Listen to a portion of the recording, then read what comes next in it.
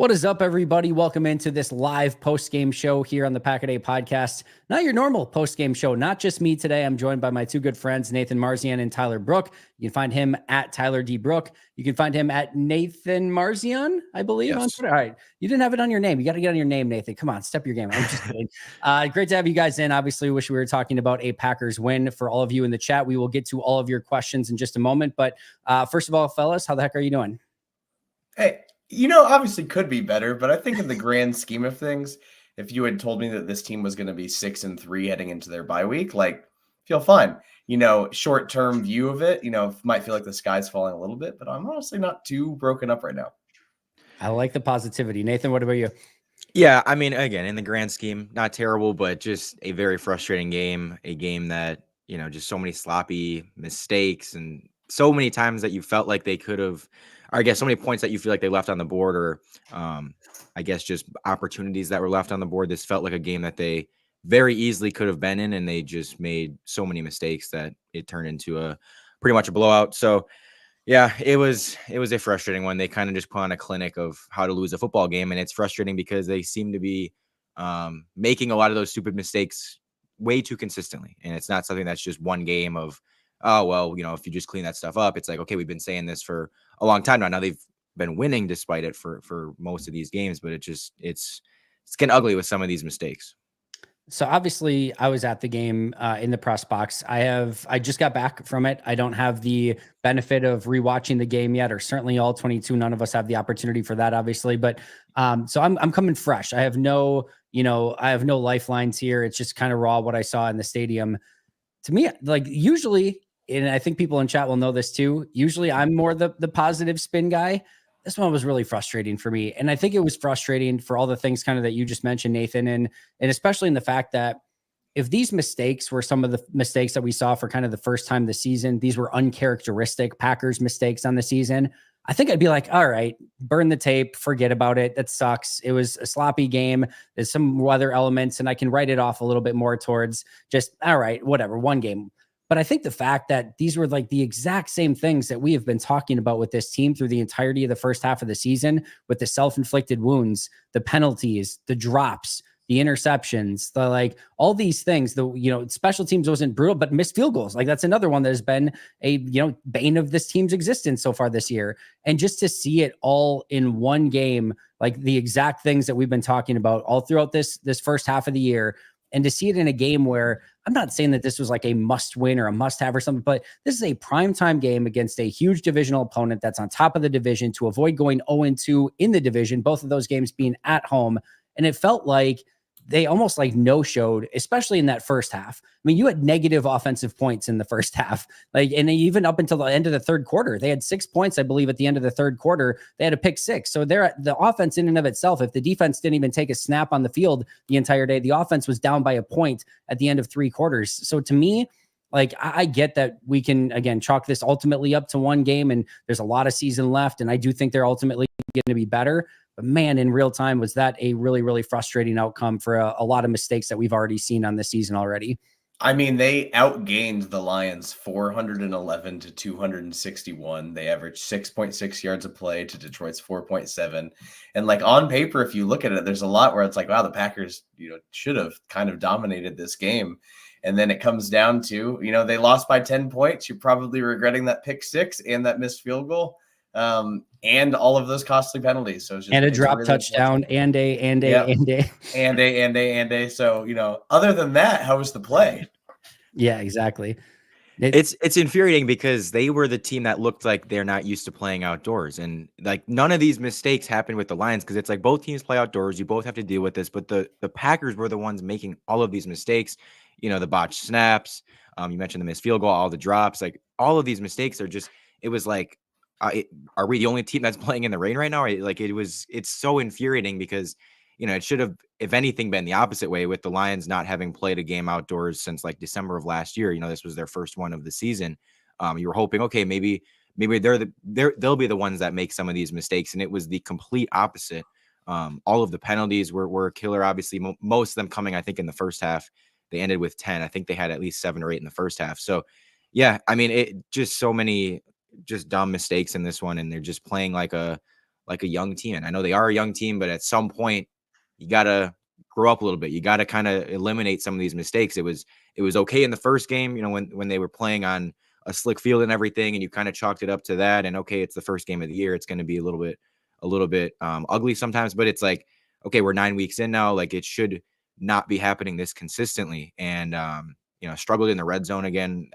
They're, I think, 25th in red zone touchdown percentage coming into this game. And now they were 1 of 4 today. So that might be even went down a little bit more. So that's been a pretty big bugaboo as well. So just a lot of things to clean up. I mean, I think most of this stuff is fixable. So that's why there's like, that's why there's like still, okay, I'm not going to act like this team is terrible. It has, you know, everything's, the sky's falling. No, but it's just frustrating that these things aren't being fixed when they seem like they're so fixable and they seem like such silly mistakes on the surface. I mean, this is still the youngest team in the NFL, correct?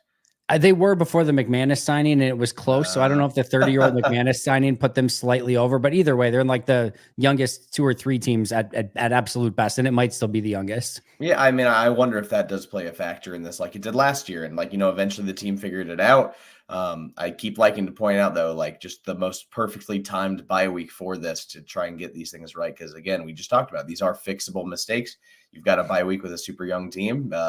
Time to get busy mentally, at least over the next time off. I think the other thing. Did we lose him? Oh, did we lose Andy on a live show? And he's running everything, Nate. All right, this is bad. My bad. All right. I don't know why my internet is not wanting to work tonight, apparently, but there's no embarrassment in losing to a really good Lions team. Like they are a fantastic football team. Save for the fact that I didn't even think the Lions played that great in this game. Like, I thought that this was a pretty winnable performance. Now, we don't know what the Lions would have looked like if they were ever put in a position where like they had to put the pedal to the floor and the game maybe would have changed a little bit. They were kind of in cruise control through that second half. They went down, they scored the touchdown, they go up 3 scores, and it's kind of just over from that point. And they just were kind of, I think, playing not to make mistakes. But overall, I didn't think Detroit was like this unbelievable juggernaut in this game. That's just like, oh my goodness, like there's no beating them. Again, I think, and we touched base on this at the onset, obviously, but just the fact that Green Bay was the one that was the initiator of their own demise is, I think, what ultimately just stings that much more. And if Green Bay would have played a good, game and a good brand of football, and Detroit was just a step better or whatever the case may be, so be it. You tip your cap and you try to improve and go from there. It's the fact that was the way that you lost, and with so many drops and penalties and all those mistakes, that kills me to some extent. Let's get to some of these questions and super chats, guys. I appreciate the patience and I appreciate you asking them. Glenn starts off, why is Zack Tom so nervous? He's been false starting constantly. Lucky most haven't been called. Don't understand why we are exposing Jordan Love to this. I don't know. Maybe you guys saw something different. He was clearly, getting that jump on the snap counts, and it looked like he timed it up almost perfectly every single time. And it looks in real time like it's offsides, but he's just timing it up perfectly. So he's going as soon as the ball's going. And then there was the one time where he was a half tick early, maybe not even that, maybe a quarter tick early. They got him on it. And correctly on that play, it seemed like, but I don't know. Did you guys see anything different than what I saw in real time? No, that's just trying to get a competitive edge, and all tackles do that. That I wouldn't call him nervous. I mean, he's quickly established himself as like one of the best right tackles in football, and in order to do that, you have to take every advantage you can. So trying to time up the snap perfectly and get that extra half second is crucial to doing that in pass protection. Yeah, completely agree. All right, let's get to the next one. JJS Breaks. Thank you again for the super chat. There's been 2.5 exciting games this year, and those just happened to be when Love was out. That can't be good. Love ain't it through 9 games. Matt LaFleur ain't it through 9 games. This wide receiver core ain't it through 9 games. All right, who wants to take this one first? And then I will wrap it up if need be. Matt LaFleur is the coach of the year, and I think this is heresy. The man's game plans, at least offensively through the weeks, have been phenomenal. Like, I even liked the game plan early on. They were running the hell out of the football. Mm-hmm. I thought Josh Jacobs having a great game, and obviously like not fully healthy, kind of banged up. That's really unfortunate. But I just love the way he game plans games, and to get 2-0 or 2.5-0 out of Malik Willis is phenomenal. So I find that to be heretical. And I just wrote on Jordan Love. You can actually read it over the 33rd team, so I won't dive too much into that. And the receivers are all still babies, so be patient. Yeah, and LaFleur hasn't. I mean, obviously, like, this wasn't his best game, but as you said, he's been great all season, and I didn't mind the game plan coming into this. There were some bad moments of like, okay, I didn't love the sequence where it was 2nd and 1 in the red zone, and they went, I think, pass, run, and it was kind of like, okay, felt like you could have done something a little bit differently there to at least pick up that first down and keep the chains moving. But But this one, I even didn't then, think, you've got a wide open Wicks in the back of the end zone for a touchdown. Yeah. If I right, and like and Jordan Exactly. throws it slightly behind and it's a drop. Like that should have been that should have been as clear and obvious a touchdown as you get all game long. So even that, where again maybe we don't love the sequencing, should have very much ended in a touchdown. Yes, exactly. And so, yeah, I don't know. I think sometimes every time you lose, obviously the coach is going to take some of the blame. I think he gets a little bit too much of it sometimes. And I mean, they ideally wanted to, or were hoping this would be a run heavy game. They were hoping they weren't going to be down, 24-6 or whatever it was, and have to be throwing it a ton with their partially injured quarterback in the rain. Like, it didn't end up working out for them. It didn't end up being a game plan that was going to provide a ton of success. I mean, again, you mentioned they were really good on the ground to start this game. They came out, had to put together a really good drive on that first drive, and it just ended a little bit unfortunately with, Love being unable to hit. I think, was it Wilson on that, or was it Brooks? I don't remember. Brooks. Okay. And yeah, unable to hit him, and then you kind of have to settle for a field goal. But they came out and looked really good on that first drive, and they were doing, I think, exactly what they wanted to do. It's just then all of a sudden you fall behind and things change, and you're kind of stuck scrambling, coming up with some different things to do. And Love's, again, got hurt in the middle of the game as well, so that didn't help. I think this kind of just ended up not working out for multiple reasons, but I don't put a ton of it on LaFleur. You've got the Brooks, drop early on that could have been, an additional 4 points on that drive. The Wicks drop that could have been an additional 7. He didn't exactly call the Jordan Love thrown interception for a touchdown play. Like that's not in the cards on that play. He's trying to check it down. Oh, he didn't? Dang it, man! I know, right? That was some real galaxy brain stuff. He's trying to check it down. Like I think the funny thing in the check down play, and obviously it looks very Will Levis-y. It looks catastrophic and brutal and ugly, all of it. And I get like he's buying time and he's trying to find a play. Like by definition, trying to find the check down on a play is like you're trying to do the safe thing. You're not trying to chuck it into triple coverage. You're not trying to do anything too wild or crazy. You're literally checking it down to your running back. And the way I saw it, and he said he never saw Joseph, you can see from that end zone view, like Joseph is completely obstructed by Zack Tom on the play. And you're literally like, so you might say like, well, just throw it away. Just throw it and live to see another down. Okay. Well, like, imagine if on every single play where you get to the point of maybe checking it down, you have this like panic attack of like, what if there could be a player lurking? Like that's when you start seeing ghosts and just start being like completely paranoid and panicked of like, oh my, you don't want to neuter Jordan Love and take that playmaking ability out of him entirely. And it's one thing, again, there's critical plays. I think the jump ball to Dontavian Wicks against Minnesota. I think the Christian Watson interception over the middle of the field. I think even the one where he's stumbling out of bounds and obviously doesn't get the throw there. That is the pick six early in the year. I think those are bad throws, bad decisions, and you can chalk it up to that. And this one, he's literally trying to, again, check it down, be safe on that play, not do anything catastrophic. You're not expecting all of a sudden a safety to pop out behind Zack Tom and be like, ha, gotcha.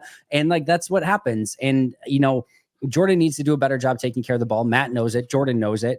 And I think there's definitely a piece of that. But I think for as far as Matt goes, Matt's been, for the most part, like that's the least of any problems here. Matt is a fantastic coach. I do think some of the accountability stuff needs to get cleaned up when it comes to the penalties and the drops and things like that. Like you've got to figure out a way as a team overall to clean it up. No doubt about it. And that starts with the head coach. I will say that. But I think overall, he's doing a tremendous job. The team's at 6-3 going into their bye, very much a playoff contender. And I still think one of those, top tier teams that at least has a puncher's chance at this thing. And as far as Jordan, I'm more apt to say, you know what, take this entire first half of the season and just throw the mother effer out the window, because you go from the first game in Philly where you've got the slippery field and everything just is off. And then you've got 2 games. Then at the end of the game, of course, he gets hurt. 2 games where he doesn't get to play, comes back, clearly is not himself against Minnesota, starts to get a little bit better. I think against the Rams has the good, I don't even know the order of operations here, but I think the Cardinals game, Texans game are pretty good. And then, maybe some mistakes here and there. I think the Texans interception is the one where Melton just falls down on the play.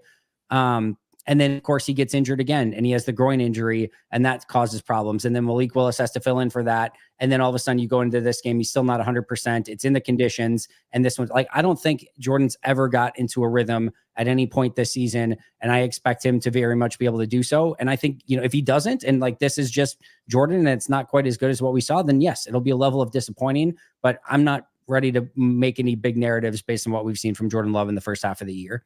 The Jordan Love blacked out experience of the second half of last season is like one of the coolest experiences as a Packers fan, of just witnessing that ascension. And yeah, like he's clearly too talented that like you can't give up on him, because it's just also the style of this offense. Like he's taking shots downfield. He has one of the highest average depths of target in the league. He just needs to figure out the balance between risk and reward if you're gonna take so many deep shots.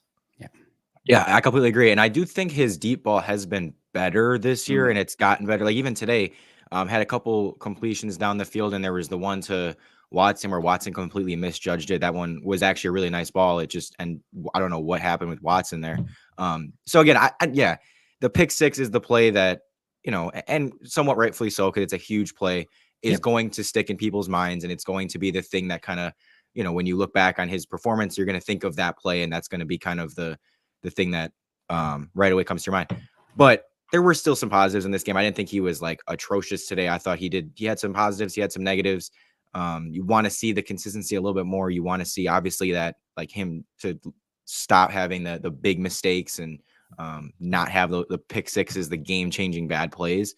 But at the end of the day, Jordan Love's our quarterback. I'm not freaking out about Jordan Love and panicking saying, that I'm super concerned or anything. This is kind of, again, we've talked about this. This is a little bit of who he is. He's going to make some mistakes. Sometimes he's still a very young quarterback. This stuff's going to happen. You want to see it get better. As with the whole team, that's the frustrating part to me, is that like, it's just not like the mistakes aren't going away. You want to see them make progress on them. You want to see them continue to move in a positive direction. And for both him and the team as a whole, I think it's just frustrating to see these same things pop up over and over again, kind of week after week, where it's just like, all right, there's the big Jordan interception again. And it's like, I don't want to see it happening every game. I don't want to see the penalties happening every game. What do you guys think? I wanted to ask you, like, what to you guys is the reason for all the penalties? Do you think it's just youth? Do you think it's coaching? Do you think because I don't know exactly what to put, or I guess who to put it on. I'm not really sure. For me, like there's not like any one thing, right? Even like the false starts, it's not like it's the same guy over and over. Yeah. So it's just like, it's not like, there's been a couple undisciplined penalties. Keyshawn Nixon starts off with unsportsmanlike. It sounds like, I guess, again, I didn't get to see the TV copy. It sounds like the TV copy showed and there was like nothing there, but I heard like there was actually something that he did coming back after either before or after what the actual replay showed.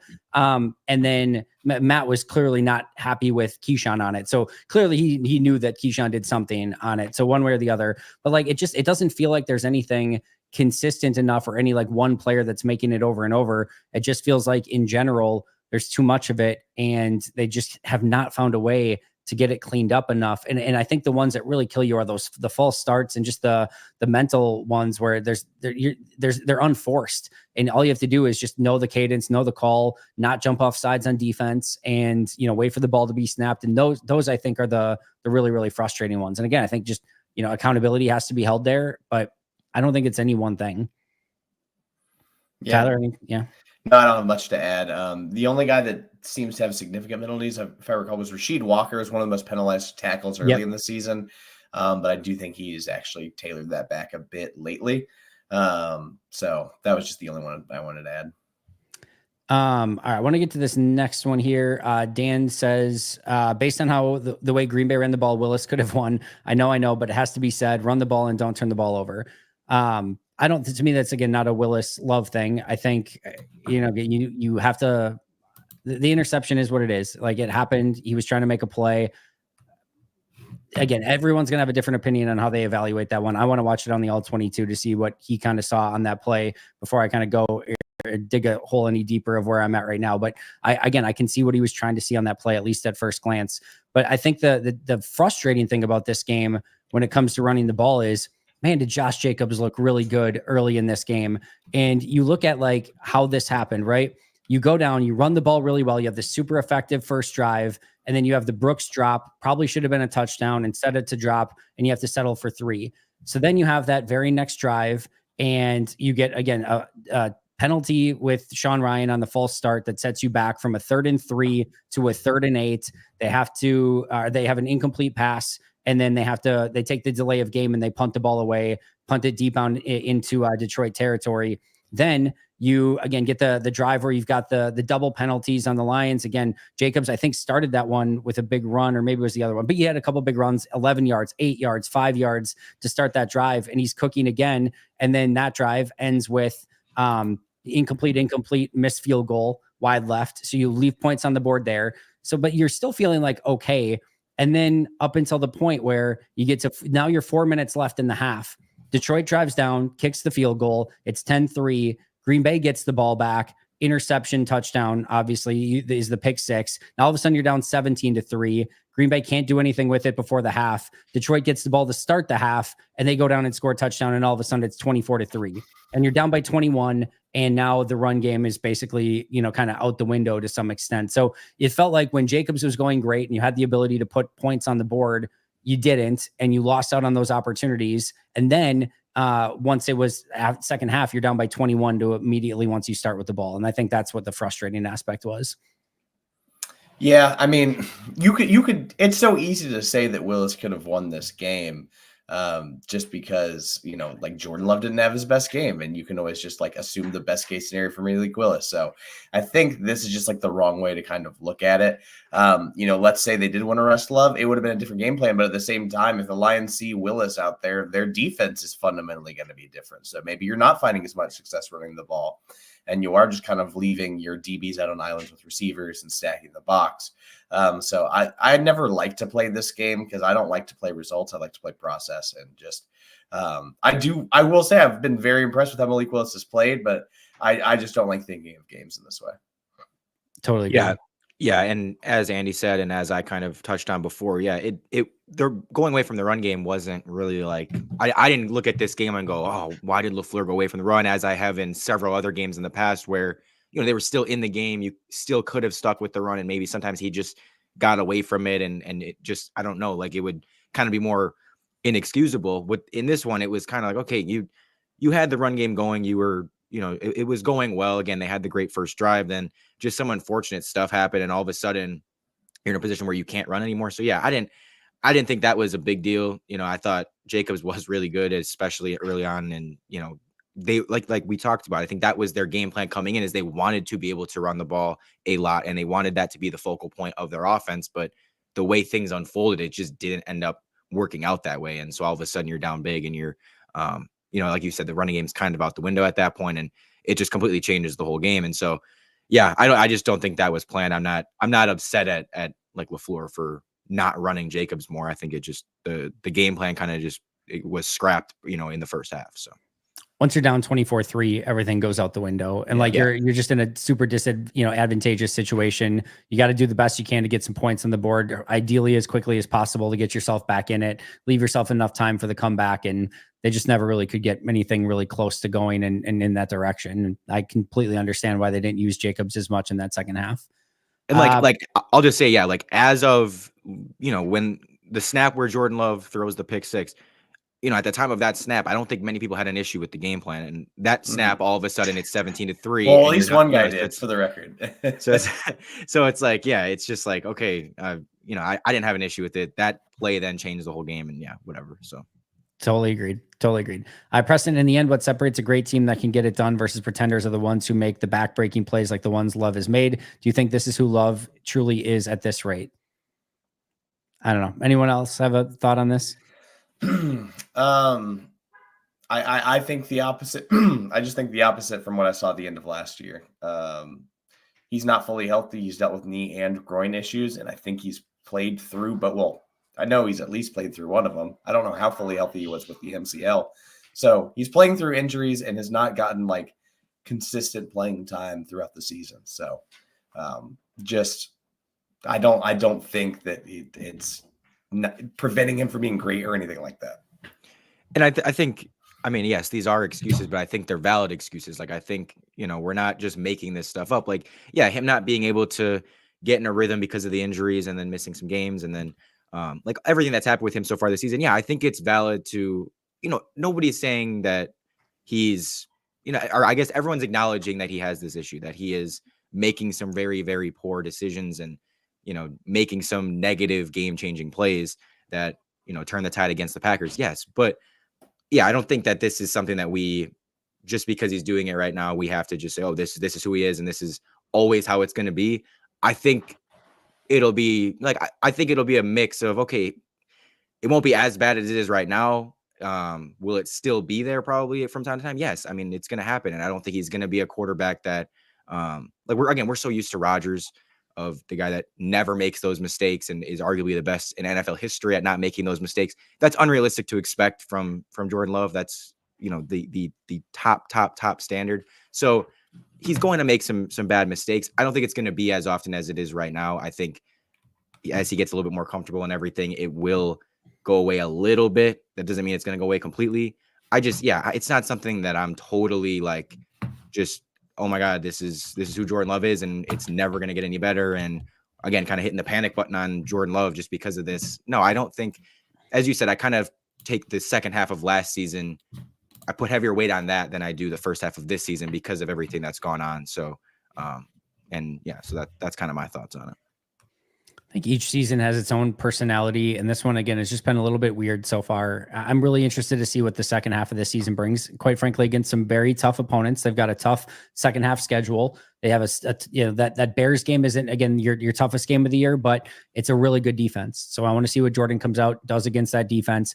I feel like I can honestly feel like I'm like coming across as like a Jordan Love apologist, which feels very weird to me, and I'm not trying to be at all, and I'm trying not to make excuses for him. Like, I don't really have this feel like there's this catastrophic issue with Jordan so far. Like I said, I want to go back and watch this one. Maybe this will be the fourth throw that I really put on him being like, oh my God, what are you possibly thinking in this scenario?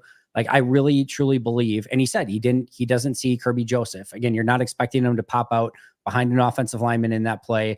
He's trying to check it down. And I think, what gives me some feel that I think this is the right way to think about it. And it's not like Matt LaFleur is going to go to the podium and be like, yeah, man, our guy is really just sucking so far. Like, we've got to figure something out.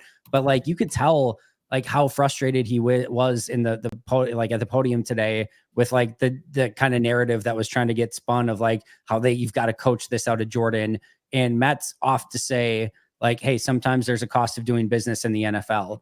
And I do kind of put a lot of these throws so far that have ended up in interceptions in kind of the cost of doing business category. And that's not to say that he can't be better. That's not to say that he can't learn from these things. It's not to say that you can't, have some different play calls that maybe are able to get the ball out of his hands into better situations and just maybe not have as many of these ad lib sort of plays. But I still struggle with this idea that he's just this complete gunslinger that's constantly thrown into double and triple coverage and has no care for the ball. I just don't see that. I see a play here or there that has not gone the way that we are used to seeing it go, especially when we had the most risk-averse quarterback in the history of the world. I understand that, but I'm not there yet with Jordan to say this is just a quarterback that's going to constantly make these type of mistakes. And maybe he will become that. And I will gladly say, you know what? All right, maybe should have seen the warning signs earlier, and this is just who he is. But I'm not even close, not even remotely close to that point yet. And yeah, I don't know. Maybe I'm the crazy one. That's okay. It wouldn't be the first time, won't be the last, but that's just kind of where I'm at with it right now. But it's also not like he was throwing a ton of picks last year. Like, this isn't, I feel like people have this idea that like ever since he took over, this has just been a huge problem. And I don't really see it that way. I think last year he was fine with it. He threw 11 picks all of last season. That's not crazy. The last 8 games, he threw 1 pick total. Like, I didn't look at it as like, oh my gosh, Jordan Love is, constantly making bad decisions. You're going to throw some picks. Yes. And it's been worse this year. But again, we've talked about with everything that has been going on with him with the injury and all of this and not being able to get into a rhythm and sometimes being in games where maybe he does have to force things a little bit more, whatever. And yes, again, these are all excuses, but I think he has some valid excuses this season. So I'm putting more weight on what I saw last year, especially in the second half of the season, than I am with the first half so far this season. Again, I just think that people I don't think people realize like how much or how few, I'm trying to think how to say this, how little he turned the ball over in the last, second half of last season. He was like not doing this constantly. He hasn't been doing this for, 2 years now, like everyone's saying. Like, it really hasn't been that way. It's just, okay, yeah, it's been a problem this season. That doesn't automatically make it that this is going to be a problem for the rest of his career moving forward, Yeah. No, I totally agree. Well, again, we'll continue to keep an eye on it. Everyone is going to keep an eye on it where he's at from an interception standpoint, but I think there's a long way to go. I think Jordan's going to be just fine. I really, really do. I think he's a really damn good quarterback, and I don't think this is going to define him in any major way throughout the course of his career, but we will see. All right. We talked to Preston was that one. All right. R.R. Smith, the man can say whatever he wants at the podium. At the end of the day, when we needed him to play above and beyond, he threw another pick six, another one. Yeah, I mean, again, it sucks. It's not what anyone wants the result to be on that play. I go back to Tyler, where you were kind of saying about process. Like, I don't know. I've gone over it already. I don't have this feel that this was this unbelievably brutal decision on the play. He's trying to check it down. It doesn't go his way. Kirby Joseph made an awesome play. And I do want to say, like, I don't think he needed to play above and beyond. And I think outside of that pick, I don't think he played horribly, like, awful. So I think everyone's going to be hyper focused on, and kind of deservedly, a horrible decision. But like at the end of the day, I still thought he played, decently well outside of that play. Yeah, no, we're on the same page. All right. R. Smith, he absolutely is our guy. That's not debatable by anyone with sense. But if he's not learning, then every time he throws a pick six, he should have forfeit the game. Check the team community chests. Fair enough. I'll let you talk to Jordan about that one. See, I like that one. That's great. Kevin Jones, Green Bay is not built for primetime sloppy. A lot of guys have regressed. They finished 9-8 again, likely go 1-5 in the division, weather permitting. Seems like a very negative leaning, view of the remainder of the season, Kevin Jones.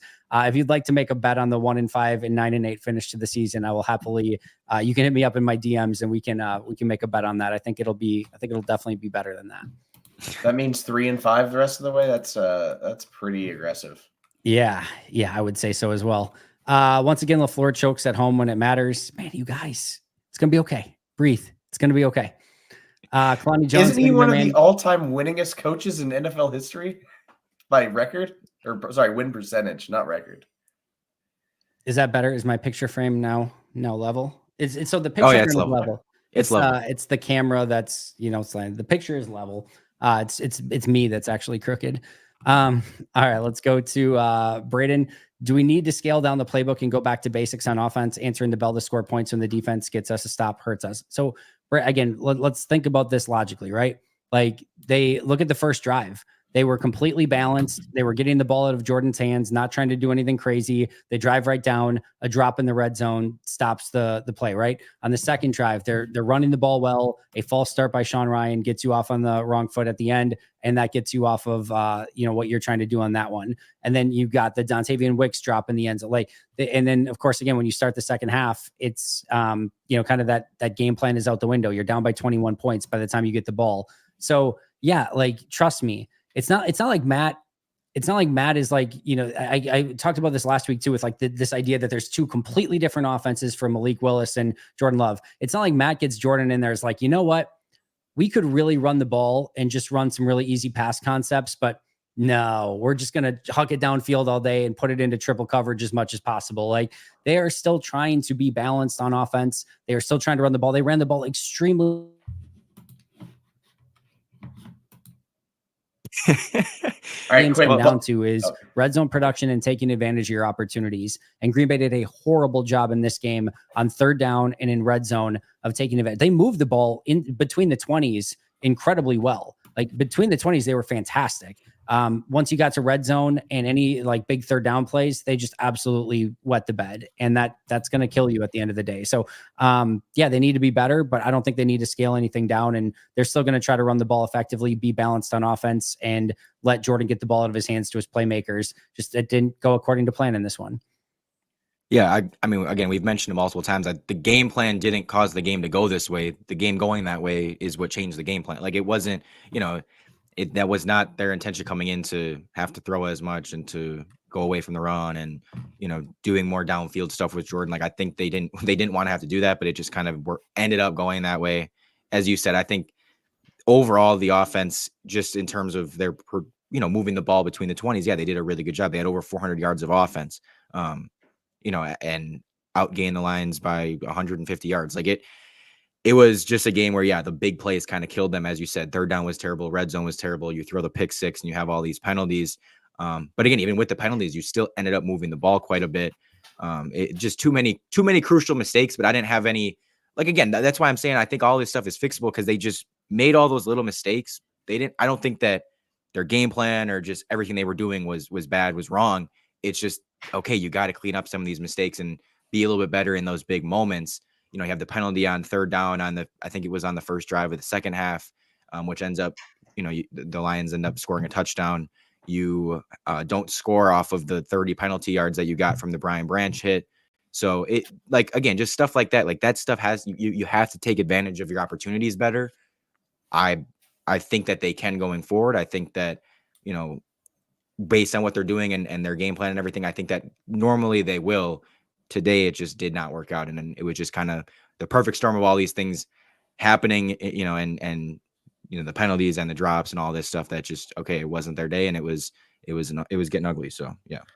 I think the theory of scaling back the game plan always sounds like nice in theory, but when you really think about that, especially at the NFL level, you're just inviting yourself to become extremely predictable and just get completely shut down. Like, the NFL is, like, obviously there's a lot of talent in the NFL, but so much of these games is determined by just great scheme and play calling and, figuring out who the sucker is on defense and exploiting them and all of that. So whenever I hear, like, someone just, well, we just scale back the defense, like, I heard that a lot, or scale back the offense. I heard that a lot as a Colts native in Indianapolis about Anthony Richardson. I'm like, well, if you do that, then it's going to be way worse, because, like, he might hit some layups, but then they're just going to start sending more pressure and just attack everything underneath.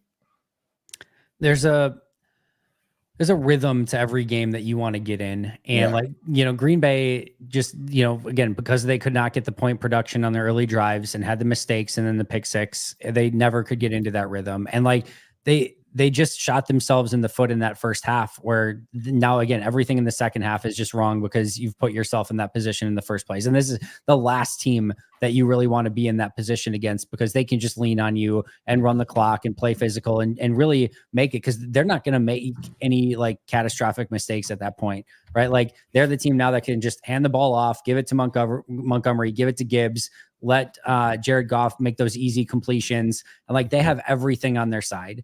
Like, they're the casino at that point. They have all the odds in their favor, and it's up to you to come somehow make something crazy happen. And I thought Detroit did a fantastic job of limiting Green Bay's big playability in this game as well. And then again, when you had the opportunity, it looked like Christian Watson completely mistimed the jump on the play, or just, I don't know what happened on that one. I don't know if he lost it in the rain or the lights or whatever, but that was a weird one. Like, you're just, again, completely behind the eight ball, but they set themselves up with that situation. Like, they did not take advantage of opportunities when they had them. And, like, that's exactly the recipe that we talked about, like, all week, and I'm sure you guys did too. Anytime you were talking about the game, of, like, these are the things that you have to do well against Detroit in order to have a chance. You can't leave points on the board. All right, well, missed field goal, missed red zone opportunities, drops in key positions. Like, getting off to a fast start. It was the exact opposite. They got off to a horrible start in this game. Again, not having the self-inflicted wounds. They got a ton of self-inflicted wounds. So, like, all the things that we talked about of making sure you checked off and we're making it so that this could be a fun, good, competitive game, you didn't do in the first half, and it just completely derailed everything from there. All right, I think we've got a couple more super chats in here. Darcy, penalties. The constant refrain is that the team must hold one another accountable. Which team does accountability well, and how do we emulate it? Can I have a hot take real quick? Go for it. I actually liked Eberflus devoting Tyreek Stevenson this week for his and, like, I know the players are not resonating with that guy, like, even a little bit right now, and things are, like, the vibes are just completely plummeting, but, like, that's holding people accountable, and I do appreciate that. Yeah. But again, I mean, like we said with the penalties, we don't really know, like there's not one player that's doing all this. There's not really one person you can kind of just point to as, like, the main culprit. And this is, you mentioned Rasheed Walker kind of maybe he had more than, I guess, most guys, at least coming into this game. But it's, yeah, it's a weird thing for me, because I can't pinpoint exactly like how to fix it. And again, it feels so fixable. It feels so like, okay, once you clean this up, we'll be fine and it'll be a lot smoother and everything will just, it'll help things out a ton, but they don't clean it up. And so I don't even I have a hard time kind of honestly even knowing what to think about it, because I'm like, I just feels like they should clean it up and they're not cleaning it up. And I know they're young. I'm not going to, but that's not an excuse to have 10 penalties. There's a lot of young teams that don't have 10 penalties. So I don't really know. I'm kind of stumped on the whole penalty thing and just like why it's happening so much, why it's not getting fixed, why it's, several different players, several different types of penalties. And I don't really know. It's frustrating.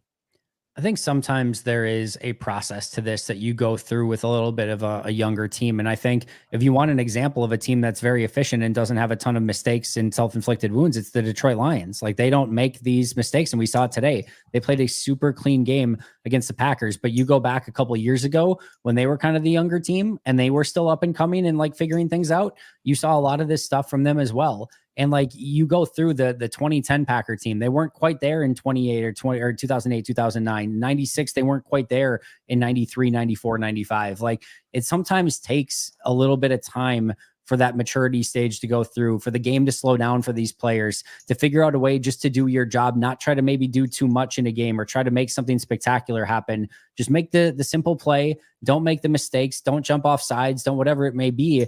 But again, I think that's the hard part, is that it's a team of young players that is trying to do a lot, that wants to clearly win, and they're just not quite at that right mature level yet. And I think the bye week is going to be very important for Green Bay from a coaching standpoint, from an individual position player coach standpoint, to get these guys back on the right page and say, this is what we need from you. We don't, I forget which one of you said it earlier. Maybe I don't know which one, but like you didn't need the spectacular in this one. You just needed to go out and do your job. And like, that's, again, I think what's frustrating about this is so many of these guys, I think whether it's due to trying to do too much or maybe just didn't come with their A game, whatever it might be, like just show up, do your job, let the game come to you. And when you have the opportunity to make that play, go out and make it. But there were too many of those just mistakes, the drops, all of it. We talked about it all episode or all show long. Those were the things that derailed this team, but I think they will get there. And it's just like last year, like, go back to week 9 last year. Like that week 9 was just like the jumping off point for Green Bay last year. There's a lot of season left for this team, and they're going to be able to clean up some of this on their own. And I think that's ultimately the good news. We are not talking about a team that just very clearly doesn't have the talent, doesn't have the depth, doesn't have the playmakers, doesn't have the coaching, doesn't have the scheme, doesn't, like, they have all of those things. Now it's just finding a way to have the game slow down and have these guys do the job that they're supposed to do. And we just haven't seen that, I think, for a full 60 minutes in any game so far this year, outside of what maybe Arizona a little bit. Mm-hmm. And I said it before, I'll say it again. I mean, another way to spin this in the positive is you've had all these mistakes with the penalties, with drops, some bad defensive performances at times this season. Love's been hurt. He's made some big mistakes in these games, and you're 6-3. You're still a good football team. You're still winning games for the most part. You're still, like, overall, this has been a good football team. And yet they still have all these things that they could be even better at, that could take them to another level. That makes me that makes me more positive looking forward at it, saying, hey, if they can clean up some of this stuff, they could be really, really, really good. This isn't something where they have these mistakes and they're 3-6 and this team is just terrible. Like, no, this is a good football team that is making a few too many mistakes in these games, and way too many in this game. But if they can clean up some of this stuff at some point, and again, we've been saying this forever, so I get less and less confident that they can each week. But if they can, I mean, they're good as it is. If they can, it could be really good. It could be, you're a Super Bowl team, and I think that that's a way to spin it in the positive of they've had all these issues and they're still a good team at 6-3, and they're still in a good position, to be a playoff team and be a contender. So see how they start off in the second half of the year and see if they can start getting a little bit momentum going in the right way and starting to play good football. By the way, they won 4 games in a row before this one. So like they've still won 4 of their last 5 games. Like, again, we need to breathe a little bit after this one. Randy, does Goody make a trade? These corners aren't going to cut it, and it's time to be aggressive, I'm assuming. Love that question. What's that? I love the question. Yeah, no, for sure. Because this does feel like a team that could be buyers. I mean, they still have plenty of draft capital. I know Preston Smith's been talked about in trade talks, which I'm honestly not opposed because just of the way he's playing, I don't think this is the right defense for him, and I would like to see him thrive somewhere else at this point. Plus, it's Aaron Mosby time, baby. It's hey, that was a pretty dang good rep, man. I've liked Enigbari when he's out there, honestly. Van Ness, I still need to see more time of, because it's just not been a great start to him, at least as a pass rusher.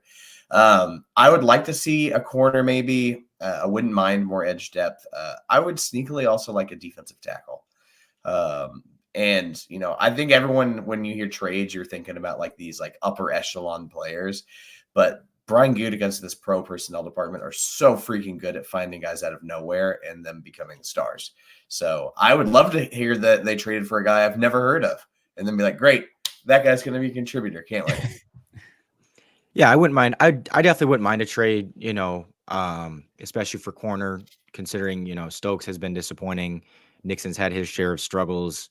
So, I mean, especially when Jair's been hurt, and had to deal with some injuries, like that's just a position you don't have a ton of depth at. So, yeah, definitely could see it. As you said, defensive line, I think, has been quietly disappointing the last, few weeks, even in the wins and stuff. It just, we've struggled with the pass rush all year. We've struggled with, just getting consistent play from the defensive line. And so, yeah, I mean, I definitely wouldn't mind. I don't have a ton of specific names in mind, but definitely something like if I'm Goody, I'm definitely looking to try to make a trade and bolster this defense even a little bit more.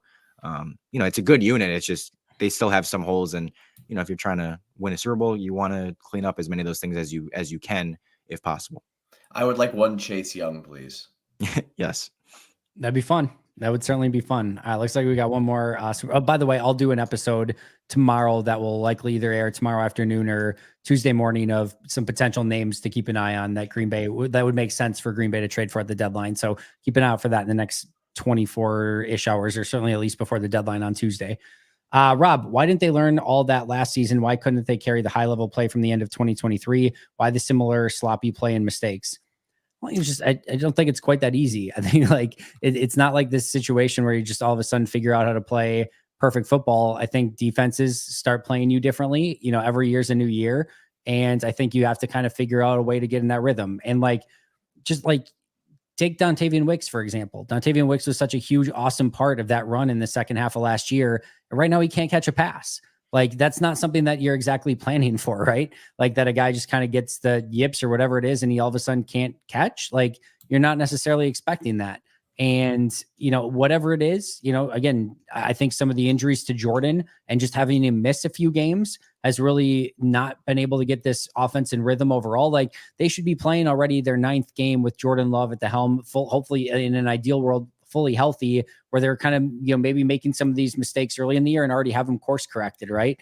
But you just haven't been able to do that. And they've had to sort of put together a unique, different game plan every week, whether it's Jordan, whether it's Malik, whether it's Jordan, but he's got to play in pistol because he doesn't have the mobility. Like, they just haven't had that consistent play week in and week out. And I think that just takes time. And I think we will see it in the second half of the season. That gives me still kind of what Nathan's been saying. Like, that gives me a lot of confidence in this team, is that, to me, they haven't even come close to reaching what we even saw at the end of last year from this offense. And I think this offense can be way better than what we saw at the end of last year. And maybe not way better, that'd be crazy, but I think they can be better than what we saw at the end of last season. And there are signs from this defense that they can hang and make some big turnover plays as well. So I think this is a team that can only still get better, but they just have to figure out a way to correct their own house and make it a little bit tidier so that they're not the ones that are causing the chaos. I mean, don't forget there's still also rookies that are contributing in big ways on this team. So there's always going to be rookie lumps, and there's quite a few rookies contributing, and I'd rather them get their lumps out of the way now versus the playoffs. Yeah, I mean, being a young team, it's and again, I'm not trying to use, I'm not saying that them being young excuses everything and that this is all totally fine. Like just using it as a, trying to have a more positive outlook on it. It's yes, being a young team, you're going to naturally have some inconsistencies in some of this stuff, again, with the penalties, with the discipline and all of that. Like, that's going to come a little bit when you have a young team and when, as you said, you're playing some rookies so it's something that, okay, yes, it's sloppy, yes, it's inconsistent.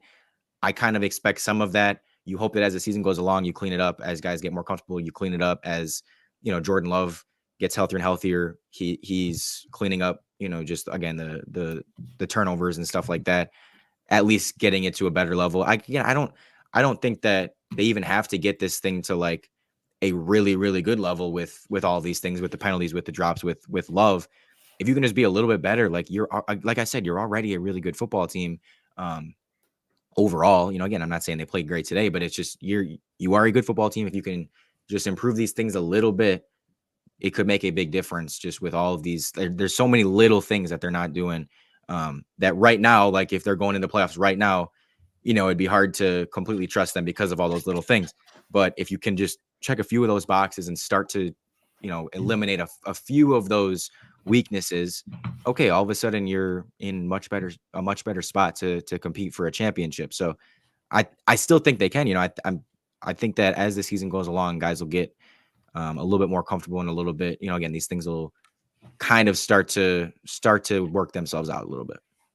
These are the things that young teams need to go through, quite frankly. Like these things do mature teams over time, and like they figure out, all right, we can't do that. We've got to get better at that. It sort of exposes your own weaknesses and it makes you get better at them. Now, if let's be very, very, very clear. If this is just who Green Bay is and they do not improve these weaknesses, and we go into every week seeing a bad interception, 10 penalties and 5-6 drops. Yeah. There are first round exit or worse waiting to happen, right? Like you can't play sustainable football that way. In all likelihood, with this loss today and knowing how good Detroit is, in all likelihood, the 5th seed is probably their highest seed if they can't win the NFC North, right? That's the highest seed that you can get, which inherently means you've got 3 road games in all likelihood against really tough NFC teams in a very difficult NFC conference before you get to a Super Bowl. And then you have to win that game too. So you're talking about a sustained stretch of 4 games against playoff teams, none of them at home, which maybe is a good thing, but like that's going to be a very difficult task.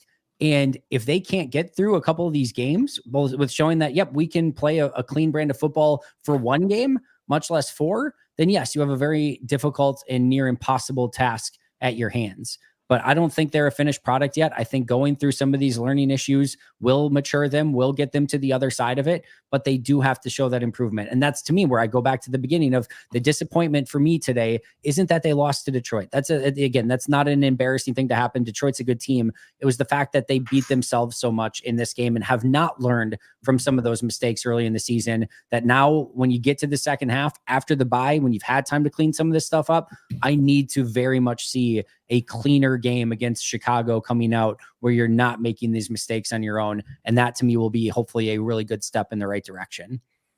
Completely agree. Can we talk really quick about the home field thing? I tweeted during the game. I was like, the Packers might have the most overrated home field advantage in sports. Do you guys agree? It's not the same as it used to be. I've actually talked about this for a while. I think there's a couple things at play here. I think one, Lambeau becoming a destination spot for opposing fans is definitely playing a factor, where it's like everyone kind of knows, like, just kind of like you want to get to Fenway, or you want to get to, some of these there's certain places that you want to go to as a fan, and Lambeau is becoming one of those spots where it's just like, oh, I got to go to Lambeau. Like that's on my bucket list as a football fan. So I think that's number one. We're seeing more and more opposing fans throughout the years than we ever saw, at least for me when I was growing up. I think the second thing is that Green Bay fans, for the most part, and this is just real, like have become spoiled over the years. Like you're used to having a very good team in Green Bay to the point where you kind of take it for granted. And if everything's not perfect, like there's just a little bit of a different feel in the stadium. I think the actual, like, when it comes down to some of the things that they do to get the crowd going in the stadium and the atmosphere, like they're still playing like 90s music. There's a, like I go to a Bucks game, Nathan, you know this, like they do such a great job with fan engagement and like getting the crowd into it and like all the different things that they're doing. And you just don't necessarily have that same feel in the Packers stadium. And then the other thing I will say too is I think in large part, one of the things that this team has kind of been really over the last couple decades, and especially with Aaron and I think now Jordan and all the different playmakers and weapons that they've had on offense, is they're kind of a little bit more of a finesse team. And I don't think it's a super big mistake or like by happenstance that the 2010 run, now I get like Chicago was on the road outdoors, Philly was on the road outdoors, but like their biggest offensive outburst was against the Falcons in a dome. Like the Bears, their offense played like crap outdoors in that game. Their defense carried them in that game. Philly was up and down, and the defense came up with the big plays in that one as well. And then again, they played in the dome in Pittsburgh, and their offense was great at that one, at least to start, before, things kind of slowed down a little bit towards the end. That's not like shocking to me that when they've played their best, they've kind of been in some of those dome situations. Look at Dallas last year. Dallas is another great example of like they're in a dome. Dallas, some of those playoff games over the years, some of their best playoff performances have been in Dallas, and their offense can do anything they want. So I think they've kind of built some more finesse teams. And I don't think some of these cold weather outdoor games, these games against San Francisco at home they had, or Tampa Bay at home, I don't think those are always the most conducive to them playing their best football, because it's not always the team that they've sort of built to be. So a lot of things. I appreciate the note you mentioned about, fan bases being spoiled, because listen, man, I'm born and raised in Indiana, and I watched the Manning era here, and that fan base slowly just kind of get accustomed to winning. And now you look at it and it's just, the crowds are just, it's a weird vibe, and they're still trying to find their way back. I'm begging for it to happen though, because Lucas Oil is quietly one of the more beautiful venues in the league. It really is. Yeah, and when I say the whole overrated thing, I'm not knocking, I'm not knocking Lambeau or anything. It's just, I've felt like for a while now, and this, going back to, mid Rodgers era, I just was like, as you said, Andy, the team didn't always match, the style of the team didn't always match what, Lambeau and everything Lambeau represents of like, frozen tundra and, hard smash mouth football, and just like, they didn't really play that style. It was more of a finesse team, and it was always like, there were games they lost in the playoffs that I was like, if this game was at home, or if this game was in a dome, I kind of think they'd have a better shot to win this game. And I just think for a while there's just been this idea that like teams aren't prepared to play in the cold, and teams aren't prepared for Lambeau. And I think it gets overblown. I think not that I don't think that some people say like, oh, they have no home field advantage anymore. Like, I don't think that's the case. I do think they still have a home field advantage. I think it's definitely overblown over the years. And I think teams are definitely more capable of like coming into Lambeau and playing a perfectly successful game than I think some people think. And like even later in the year when it gets cold and snowy and everything, like that, it always, they talk about it as like such a daunting thing of, we got to go to Lambeau in the snow. And that's, oh my gosh, it's like, I've seen teams come in here and beat us before in the snow. I've seen even, in some of our best years, it's like, I kind of get sick of hearing that now. Cause it's like, no, like I just don't think it's earned the results don't really warrant that type of talk anymore. Cause I just feel like there's been too many times they come out flat at home, or they just, teams are able to come in and be successful against us. I mean, you mentioned the Vikings game earlier in the year. They were down 28-0 in that game, and they're down 24-3 today. Like, teams are coming into Lambeau and just, kicking our butts. And it's like, that's not something that should happen for a team in a stadium that is, talked about the way it is. So, yeah, the mystique is definitely gone. And like, I don't think there's any team that's like, cause there used to be, I really feel like a tangible feel of like, oh, we got to go to Green Bay. Like, nobody wanted to go there. And I just don't feel like that's the case at all anymore. I don't think anyone's going into Green Bay and being like, well, can't get a win there. Like, it feels totally different than what it used to be. I totally agree. Last one that we're going to get out of here. Is Love going to win us a Super Bowl playing like this? Of course not. No, like this. Yeah. I mean, we're at what, midway point in the season. He hasn't obviously played all the games.